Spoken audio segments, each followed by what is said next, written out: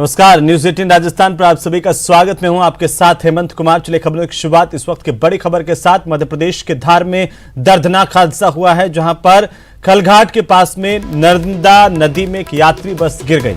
14 लोगों की मौत की खबर है, कई लोग घायल हुए हैं। मरने वालों में 2 लोग राजस्थान के भी बताए जा रहे हैं। जानकारी के अनुसार ये बस इंदौर से पुणे जा रही थी। इसी दौरान हादसे का शिकार हुई यात्रियों से भरी हुई ये बस थी और जब हादसा हुआ चारों तरफ कोहराम मच गया। पुल की रेलिंग तोड़ते हुए ये बस नर्मदा नदी में गिरी। ये पुल काफी पुराना बताया जा रहा है। बहरहाल ये बड़ी खबर है मध्य प्रदेश के धार इलाके से, जहां पर दर्दनाक हादसा हुआ है।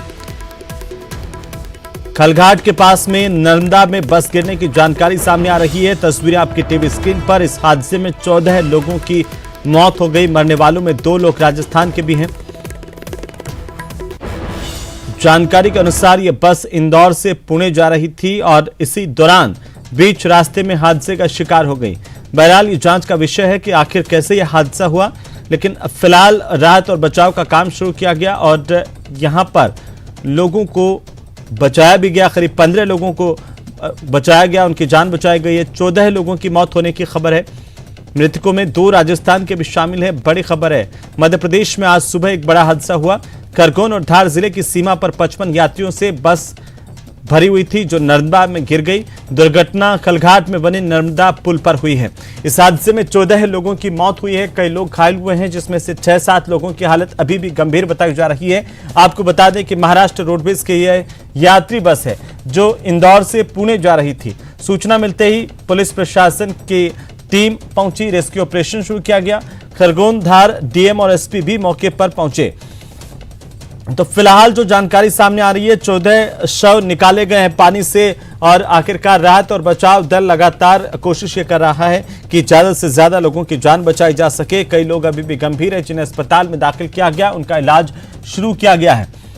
तो ये तस्वीरें आप देखिए अपनी टीवी स्क्रीन पर और किस तरीके से ये पूरा का पूरा हादसा हुआ है। सोमवार का दिन जो कई लोगों के लिए मौत काल लेकर के आया और इसी दौरान आपको बता दें कि मध्य प्रदेश के धार में यह बड़ा हादसा हुआ है।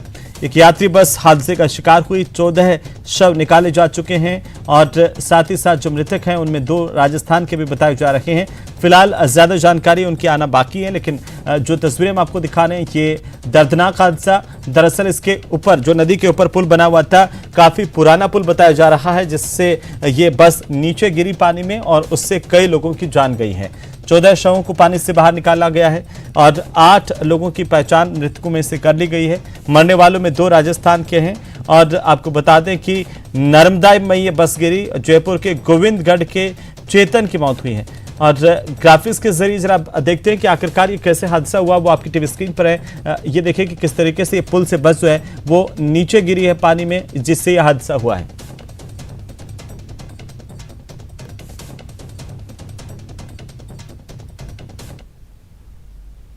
तो चलिए आगे बढ़ेंगे। 15वें राष्ट्रपति पद के चुनाव के लिए वोटिंग चल रही है और वोटिंग सुबह 10 बजे से शुरू हुई, जो 5 बजे तक चलेगी।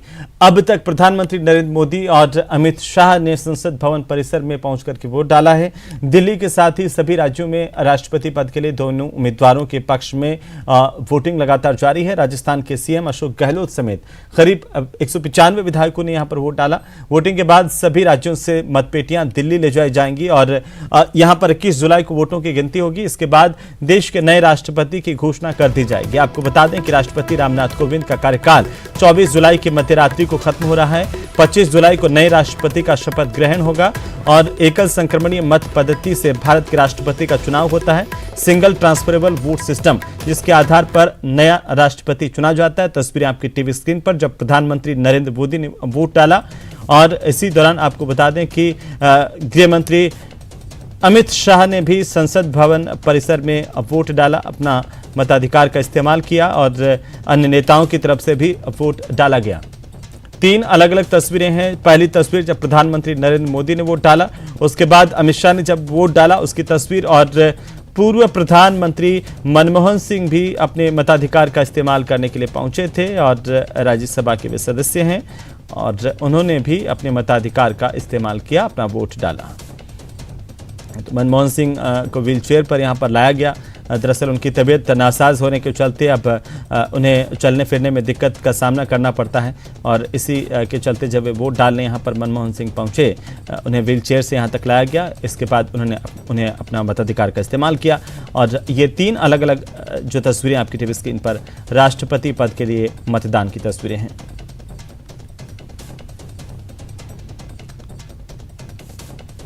राष्ट्रपति पद के लिए मतदान जारी है और ये 3 अलग अलग तस्वीरें आपकी टीवी स्क्रीन पर। आपको बता दें कि भारत के राष्ट्रपति का चुनाव मतदान के जरिए और जिसमें सिंगल ट्रांसफरेबल वोट सिस्टम पद्धति से ये मतदान होता है। राष्ट्रपति चुनाव में वोटिंग फिलहाल जारी है। आपको बता दें कि 3 विधायकों के वोट पर संशय है। कांग्रेस के विधायक भंवरलाल शर्मा की तबीयत खराब है। बीटीपी के विधायक राजकुमार रोत के बेटे की भी तबीयत नासाज है और शोभा रानी कुशवाहा के वोट पर भी संशय मंडरा रहा है। अभी तक वोट डालने शोभा रानी कुशवाहा नहीं पहुंची हैं और आपको बता दें कि शोभा रानी कुशवाहा ने राज्यसभा चुनाव में क्रॉस वोटिंग की थी, जिसके चलते उन्हें बीजेपी से निष्कासित किया हुआ है और वे अब तक वोट डालने के लिए नहीं पहुंची हैं।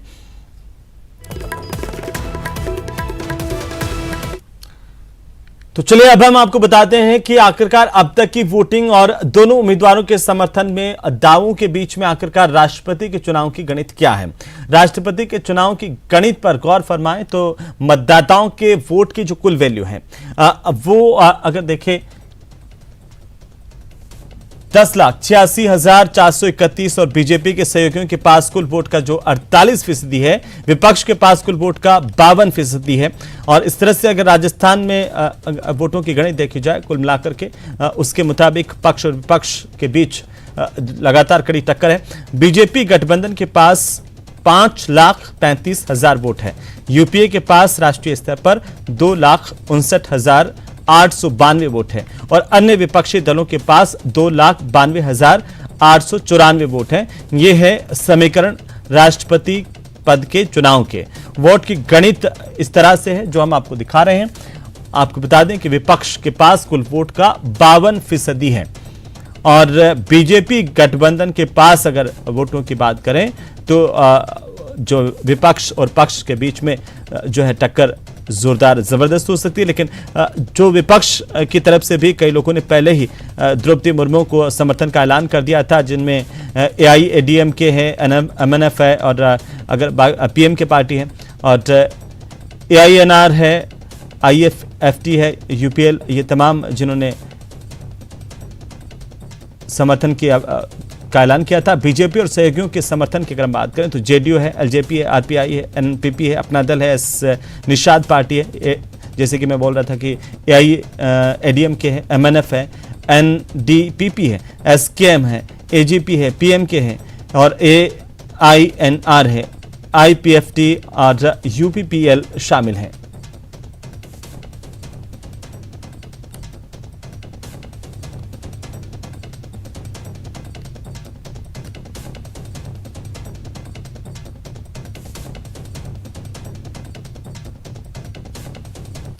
तो वहीं जगदीप धनखड़ ने नामांकन पत्र दाखिल किया है उपराष्ट्रपति पद के लिए। आपको बता दें कि नामांकन एनडीए के उपराष्ट्रपति पद के उम्मीदवार हैं जगदीप धनखड़ और प्रधानमंत्री नरेंद्र मोदी की मौजूदगी में उन्होंने अपना नामांकन दाखिल किया।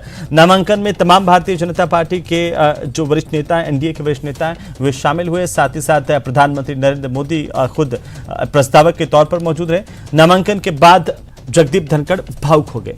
6 अगस्त को उपराष्ट्रपति पद का चुनाव है, मतदान होना है और उसके बाद नतीजे घोषित किए जाएंगे। राजस्थान से ताल्लुक रखने वाले जगदीप धनखड़ बिल्कुल ग्रामीण पृष्ठभूमि से आते हैं और इसके बाद जब वो मीडिया के सामने मुखातिब हुए तो उन्होंने कहा कि मैं प्रधानमंत्री का कृतज्ञ हूं कि मेरे जैसे एक छोटे से साधारण कार्यकर्ता को जो गांव से निकल करके यहां तक की यात्रा तय की है, उनको उपराष्ट्रपति पद का प्रत्याशी बनाया, उसके लिए मैं आभारी हूं। और अगर हम उनके राजनीतिक करियर की बात करें, लंबा अनुभव है और धनखड़ को, जिसमें 1993 में अजमेर के किशनगढ़ से वे विधायक बने। राजस्थान विश्वविद्यालय से उनकी जो है लॉ हुई और उससे पहले महाराजा कॉलेज के स्टूडेंट रहे और इसके बाद राजस्थान हाईकोर्ट बार एसोसिएशन के भी अध्यक्ष रहे। तो एक लंबा अनुभव उनके पास है। 6ठी क्लास में 6 किलोमीटर पैदल जाना, स्कॉलरशिप के माध्यम से आगे की पढ़ाई करना, भारत के लोकतंत्र के लिए ये एक मेजर माइलस्टोन मानता हूं कि साधारण किसान का बेटा आज नॉमिनेशन कर आया है। मैं माननीय प्रधानमंत्री का कृतज्ञ हूं, लीडरशिप का कृतज्ञ हूं कि उन्होंने मुझे यह सुअवसर दिया। मेरी पृष्ठभूमि को देखते हुए मेरा निरंतर प्रयास रहेगा कि भारतीय राजतांत्रिक व्यवस्था का, प्रजातांत्रिक मूल्यों का बढ़ोतरी हो। यह मेरा प्रयास रहेगा। मेरे पास शब्द नहीं है व्यक्त करने के लिए। सपने में भी यह नहीं सोचा था कि एक साधारण व्यक्ति को इस प्रकार का सुअवसर मिलेगा। नमस्कार।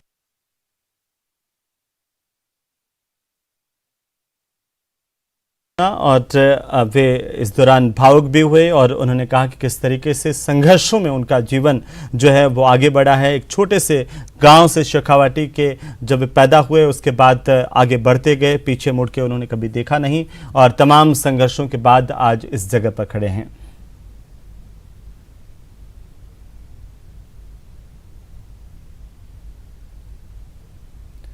तो वहीं मुख्यमंत्री अशोक गहलोत ने धनखड़ को लेकर के कहा कि अगर जीते तो राजस्थान के नेता दोनों सदनों के अध्यक्ष होंगे, जो राजस्थान के लिए गौरव की बात होगी।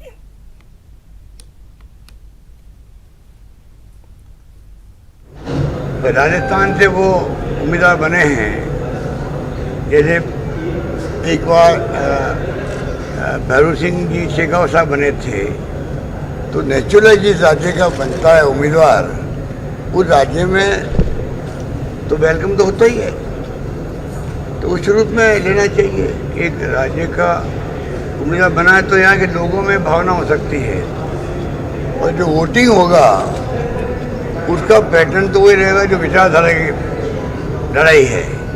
जो मैंने कहा आपको राष्ट्रपति के उम्मीदवार के लिए वो बात लागू रहेगी। ये आप कह सकते हो पहली बार आज़ादी के बाद में लोकसभा और राज्यसभा दोनों के जो अध्यक्ष या चेयरमैन हैं वो दोनों राजस्थान से हैं। ये आप कह सकते हो ये सुखद सहयोग है। भी वहीं भरतपुर जिले के कामा कस्बे में आपसी कहासुनी को लेकर जमकर मारपीट हुई है। इसमें करीब आधा दर्जन लोग घायल हुए हैं। ये घटना रात को कस्बे के नंद पेट्रोल पंप के पास की। दरअसल पुरानी रंजिश की वजह से दो पक्षों के लोगों में पहले कहासुनी हुई, उसके बाद विवाद ने मारपीट का रूप अख्तियार कर लिया। दोनों पक्षों में लाठी भाटा जंग हुई है। दोनों तरफ से जमकर पथराव भी हुआ। घटना की सूचना मिलते ही कामा थाना पुलिस मौके पर पहुंची। करीब आधा दर्जन से ज्यादा लोगों को पुलिस ने हिरासत में लिया है। तो वहीं घायल हुए आधा दर्जन लोगों को पहले कामा अस्पताल में भर्ती किया गया, जहां से उन्हें जिला अस्पताल के लिए रेफर किया गया बेहतर इलाज के लिए। और फिलहाल पुलिस पूरे मामले को लेकर तफ्तीश कर रही है। तस्वीरें आपकी टीवी स्क्रीन पर। पुरानी रंजिश को लेकर के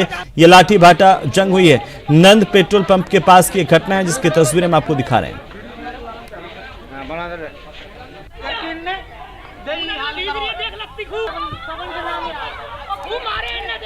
तो पुरानी रंजिश को लेकर के दो पक्ष भिड़ गए। दोनों के बीच में जमकर लाठी भाटा जंग हुई। आधा दर्जन लोग घायल हुए हैं और जिन्हें अस्पताल पहुंचाया गया। जिला अस्पताल कुछ लोगों को रेफर किया गया बेहतर इलाज के लिए। फिलहाल पुलिस पूरे मामले को लेकर तफ्तीश कर रही है, जांच कर रही है।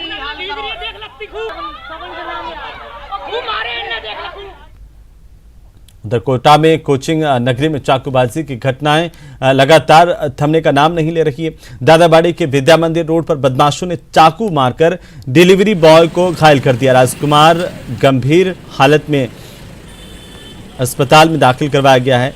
बदमाशों ने राजकुमार से पैसे की डिमांड की। जब पीड़ित ने पैसे नहीं दिए तो बदमाशों ने चाकू से हमला कर दिया। घायल को अस्पताल ले जाया गया। हालत गंभीर होने पर इसे न्यू मेडिकल कॉलेज अस्पताल में भर्ती करवाया गया। और चाकूबाजी की अगर हम बात करें तो कोटा में पिछले 24 घंटे में 3 वारदातें हुई हैं और ऐसे में पुलिस की सक्रियता को लेकर के भी सवाल खड़े हो रहे हैं। बदमाशों ने पहले पैसे मांगे, पैसे की डिमांड की, नहीं दिए तो चाकू से हमला कर दिया और पीड़ित राजकुमार को चाकू मारकर घायल कर दिया। डिलीवरी बॉय पर चाकू से बदमाशों ने हमला किया और इसके बाद डिलीवरी बॉय को अस्पताल में भर्ती किया गया है, जहां पर उसका इलाज अब जारी है। पिछले 24 घंटे में कोटा में 3 चाकूबाजी की अलग अलग घटनाएं हुई हैं। इससे सवाल खड़े हो रहे हैं कि आखिरकार इन बदमाशों में पुलिस का खौफ क्यों नहीं है।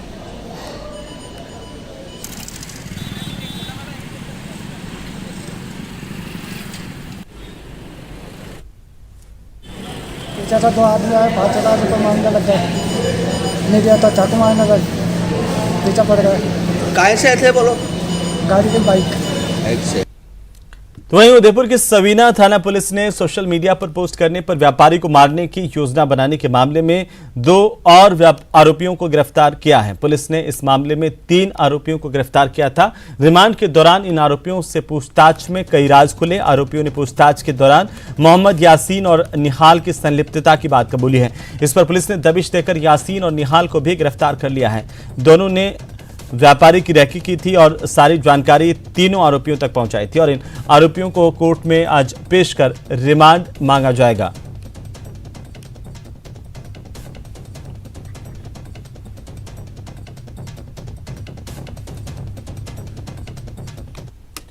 वहीं भारत पाक अंतर्राष्ट्रीय सीमा पर श्रीगंगानगर में सीमा सुरक्षा बल ने भारतीय सीमा में प्रवेश करते हुए एक पाकिस्तानी घुसपैठिए को दबोचा है।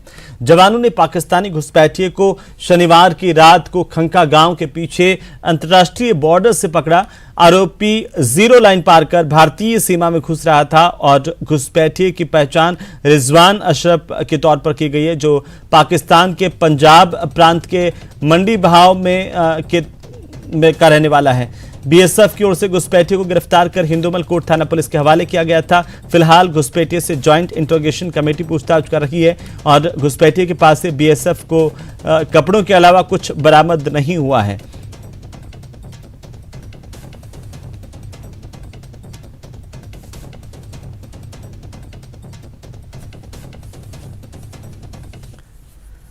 तो वहीं पार्टनरशिप में कारोबार करने का झांसा देकर ऑनलाइन ठगी करने वाले शातिर ठग को जयपुर पुलिस ने धर दबोचा है। जयपुर कमिश्नरेट के साइबर थाने की गिरफ्त में आया यह आरोपी विष्णु यादव है इसका नाम, और ये राजसमंद जिले का रहने वाला है। अभी पुलिस से बचने के लिए उदयपुर में किराए के मकान में रहता था। जानकारी के अनुसार आरोपी विष्णु यादव ने जयपुर में रहने वाले सौरभ गोयल के साथ 3 लाख रुपए की ठगी की वारदात को अंजाम दिया। विष्णु ने खुद को साउथ अफ्रीका का रहने वाला विदेशी नागरिक बताकर सोशल मीडिया के जरिए संपर्क किया, फिर निकोबी 2 नामक पदार्थ की जानकारी देकर के पार्टनरशिप में कारोबार करना बताया। मोटे मुनाफे के लालच में सौरभ गोयल ने विष्णु यादव को विदेशी समझकर उसके खाते में रुपए ट्रांसफर कर दिए और इसके बाद पुलिस की जांच में सच्चाई सामने आई और पुलिस ने आरोपी को गिरफ्तार कर लिया है।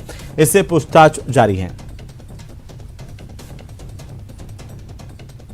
तो कारोबार का झांसा देकर शातिर ठग ने ठगी की वारदात को अंजाम दिया था। आखिरकार अब पुलिस की गिरफ्त में है। पुलिस इससे पूछताछ कर रही है। विष्णु यादव नाम का यह ठग पुलिस की ओर से गिरफ्तार किया गया है।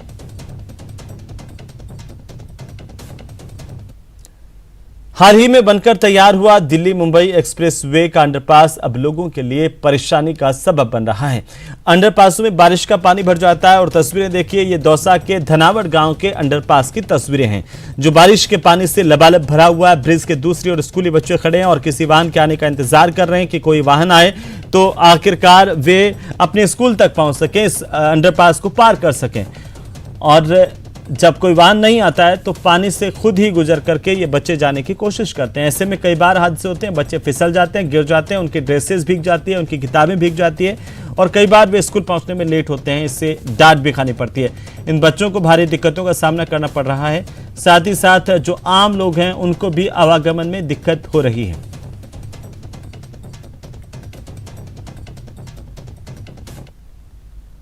सर हमारे यहाँ अंडरपास में पानी भरा हुआ है, तो मेरे समय पानी जाने में दिक्कत होती है और ये गुरुजन फिर हमारी पिटाई करते हैं लेट पहुँचने पर। हम दूसरे गांव से आते हैं और ये अंडरपास में पानी भरे होने की वजह से हमें दिक्कत होती है जाने में और कभी कभार हम गिर भी जाते हैं इसमें, जिससे हमें चोटें आ जाती है और हमारे बैग भी भीग जाते हैं, जो हमारे कॉपी किताब भी भीग जाते हैं, तो हमें पढ़ाई में भी दिक्कत होती है। तो इस पानी को निकलवाने के लिए ये धंधावड़ पुलिया के पास पानी भरा हुआ है, बच्चों को आने जाने की बहुत समस्या होती है। मैं भी कई बार बच्चों को मोटरसाइकिल से छोड़ जाता हूँ, इसमें जहरीले जानवरों का भी डर रहता है पानी के अंदर, जिससे बालक डर के हमारे स्कूल भयभीत रहते हैं। और ये पानी जल्दी से कंपनी को हटाया जाना चाहिए, जिससे रोड लाइन विभाग, जिसका विभाग है राष्ट्रीय राजमार्ग, वो बिल्कुल ध्यान नहीं दे रहा है। 1 महीने से 1.5 महीने से पानी भरा हुआ है। अभी ये जो हमारे नेशनल हाईवे पे जो पुलिया बनाई है उनमें सभी में पानी भरा हुआ है और मैं भी भोजवाड़ा से धनावड़ स्कूल में जाता हूँ तो कई बार बच्चों को निकालने के बाद ही मैं लेट स्कूल पहुँच पाता हूँ। उसमें मुझे सर की भी डांट झेलनी पड़ती है। बाकी बच्चों को पानी में छोड़ के अकेला भी नहीं जा सकता, इसलिए मुझे भारी परेशानी का सामना करना पड़ता है। उधर सीकर के फतेहपुर कस्बे में रविवार की रात को हुई तेज बरसात के बाद एक बस रेलवे अंडरपास में भरे पानी में फंस गई। बस में करीब 2 दर्जन से ज्यादा यात्री थे जो करीब 1.5 घंटे तक पानी में फंसे और उनकी सांसें अटकी रहीं। बीकानेर से खेतरी जा रही ये बस फतेहपुर के मंडावा पुलिया के पास से निकल रही थी। इसी दौरान पानी ज्यादा होने की वजह से बस पानी के बीच में फंस गई और उनके पास में पानी काफी ज्यादा था जो बस की सीढ़ियों के ऊपर तक आ गया। आसपास के लोगों ने पुलिस और प्रशासन को इसकी सूचना दी। काफी मशक्कत के बाद इस बस को बाहर निकाला जा सका है। इस दौरान करीब 10 घंटे तक 25 यात्रियों की सांसें अटकी रहीं।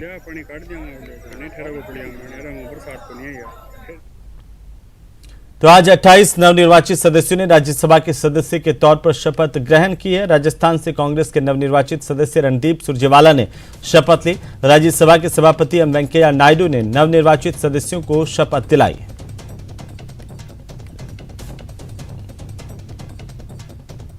तो सभापति वेंकैया नायडू ने सभी नवनिर्वाचित राज्यसभा सांसदों को शपथ दिलाई है।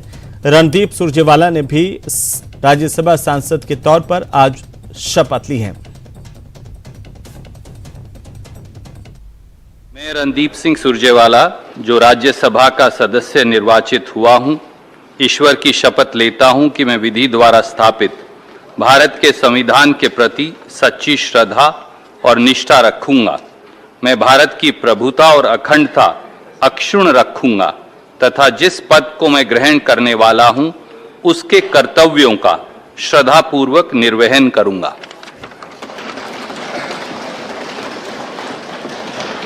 तमिलनाडु श्री पी चिदम्बरम।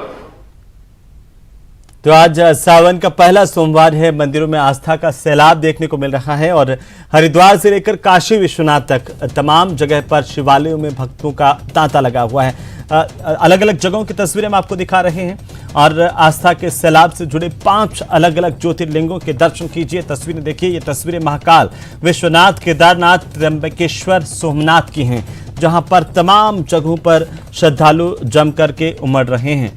महाकाल की पहली तस्वीर और आज सुबह खास पूजा अर्चना, विशेष पूजा अर्चना के साथ महाआरती और इसमें शामिल होने वाले लोगों का हुजूम देखा गया। बड़ी संख्या में लोग महाकाल के दर्शन करने के लिए आज पहुंचे। अपने आप में जो है आज मौका बेहद खास, क्योंकि सावन का पहला सोमवार। इसके ठीक नीचे की तस्वीर है महाराष्ट्र की तस्वीर है, जहां पर त्र्यंबकेश्वर शिव के दर्शन करने के लिए भी बड़ी संख्या में लोग उमड़े।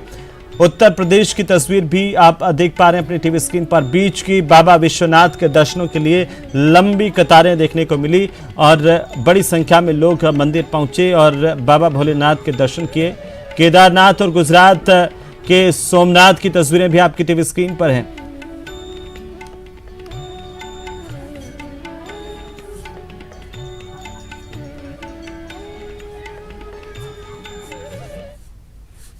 और इसी के साथ ही बुलेटिन फिलहाल इतना ही। नमस्कार।